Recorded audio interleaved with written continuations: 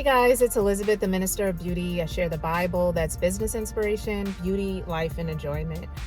You can find out more about me by going to the links in the description box for those of you who are new here and for those of you who are not. But I want to let you know I do appreciate you being here. So if you just want to go ahead and hit that subscribe button.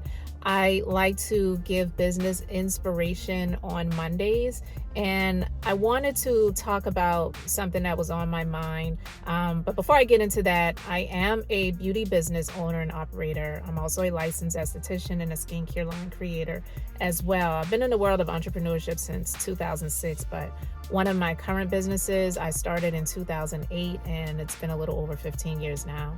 And I'm so thankful that I started when I did. Of course, hindsight being 2020, we all can think of times when we wish we started something sooner that we have seen success in, and it's like, oh man, if I only knew this sooner, why didn't I know this before now?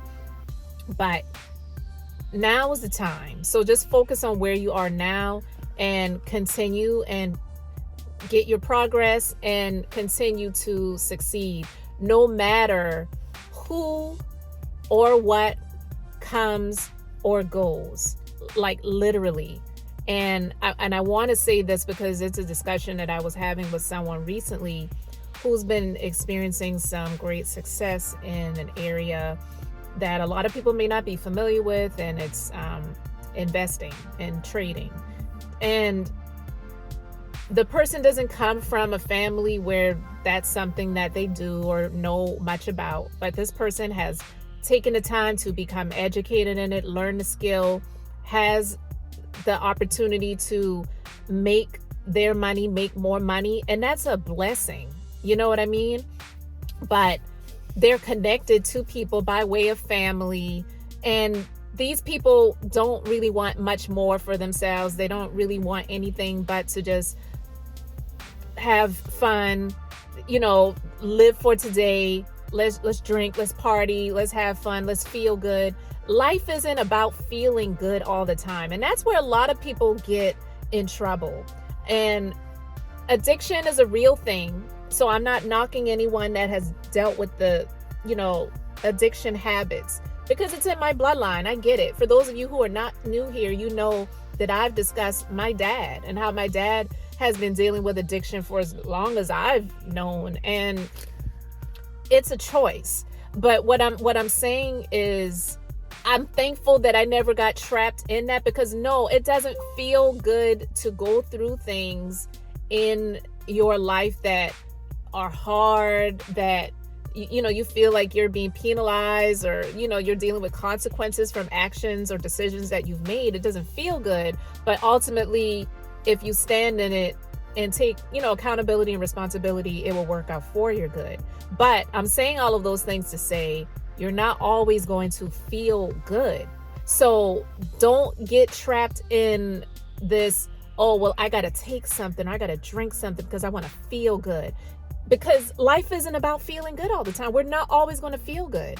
So when people feel like they have to drink something or take something, ingest something, inject something, whatever, so that, or continuously having sex, whatever addictions people get caught up in so that they can feel good, you get caught up in that trap, because life isn't about feeling good all the time. But if you're doing the work and you're working hard to succeed, you're going to have options and opportunities to feel much better than a lot of people who don't have the money, right?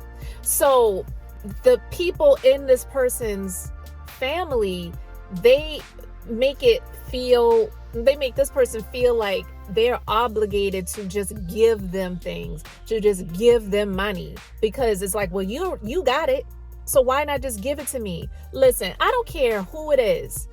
You have people in your life and they're not trying to do anything for themselves. And it's like that old saying goes, you teach a man to fish, then he can feed himself for a lifetime. But you give a man a fish, he'll be able to eat for that day. You can't keep giving people fish. You have to teach them how to fish, but you can't make people learn the skill. So if they reject it and they don't want it, then you need to reject them. And that may sound harsh for some people, where you feel like, well, it's my family. That's my mama. That's my daddy. That's my brother. That's my sister. That's my homegirl, homeboy, whatever. You don't owe them anything. And I always tell people that I know, and I have conversations with them, I give the example of Jesus in the Bible. And Jesus was in a place, and some people came to him and they're like, your mom is outside. And they were coming to him as if you owe your mom attention, but he was busy doing what he was called to do. So he responded to that person. He didn't respond and say, okay, tell her I'll be there in 5 minutes.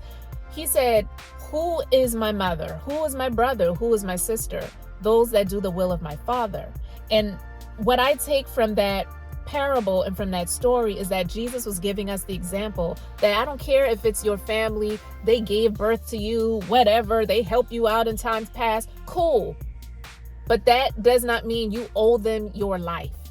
You owe yourself your life. You owe yourself the best. You know what to do, and you are working hard and you're succeeding later for them. And if that means you have to cut them off, you have to cut them off. And I'm not saying you have to hate them, but you have to hate the feeling that you get when you deal with them and you know that they are consistently bringing you down. They're causing you to feel bad. They're causing you to feel depressed. They're causing you to feel like you're worthless, even though, to be honest with you, you're worthy. And if they say things like, well, you just think you're better. You think you're better than us. You can say, well, look, I'm better than that. I'm better than the things that you're choosing to do for your life. So yeah, I am better than that. I'm making better decisions for myself. And if you can't hang with it, and if you don't want to level up, then I wish you well.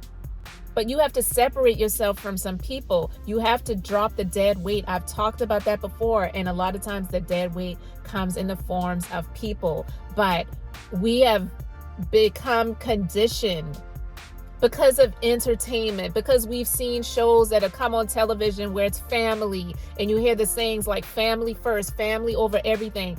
That's only true when these people are not bringing you down. You are not going to, and you should not, allow people to drown you for the sake of trying to save them. If they're drowning and then, you're trying to lift them up and they're holding you down, like, no, you have to put your own oxygen mask on and save yourself before you can save anybody else. And I know myself as a woman, especially we females, we have a tendency, because we have that, I think, that innate within us feeling of wanting to nurture, to mother, to help, to support, because God, I believe, created women to be the helpmeet, to be the assistance, the support. And unfortunately, a lot of us have had to carry the weight, because unfortunately, you may have come from a family, or you may have been involved in relationships or marriages or whatever they may be, where the man was not doing their part. I'm not going to dive into all of that right now, but what I will say is this, and I just want to reiterate it. Don't allow people to dumb you down to try to make you feel like you don't deserve the best. You do deserve it. I don't care if it's your family. I don't care if it's friends that you've known for a long time. I had someone ask me this a while ago, because years ago I got married. My husband and I, we got married, and someone asked me about the friends that I had back then, and like, have I talked to any of them in a while? And I said, no, I haven't. And we don't have anything in common. I had desires for my life that they didn't. And I'm not speaking negative about them, but what I'm saying is I had to take myself out of a place to be around people that it was just the status quo. When I knew that I wanted more for my life and more for myself, I became a statistic. I was a teen mom at the age of 15, a week before my 16th birthday.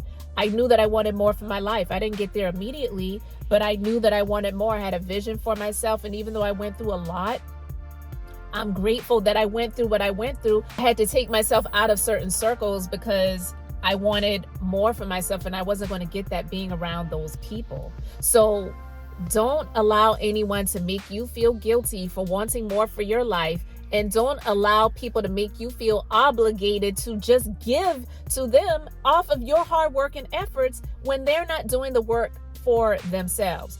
You deserve more. You do not deserve anyone to make you feel obligated to support them when they're not doing anything to support themselves. Get over that family over everything BS, manipulative thought process that has been indoctrinated in a lot of people, because all it is manipulation to make you feel like you owe people something because you're related. You didn't have a choice into what family you were born into. And honestly, if a lot of us had choices, we would have made some different choices, right? Some people were born into amazing opportunities and they're grateful for them, and that's great. But that honestly isn't the majority of people's story, okay? So don't ever allow anyone, I don't care if they gave birth to you, I don't care if you've known them for 55 years, okay?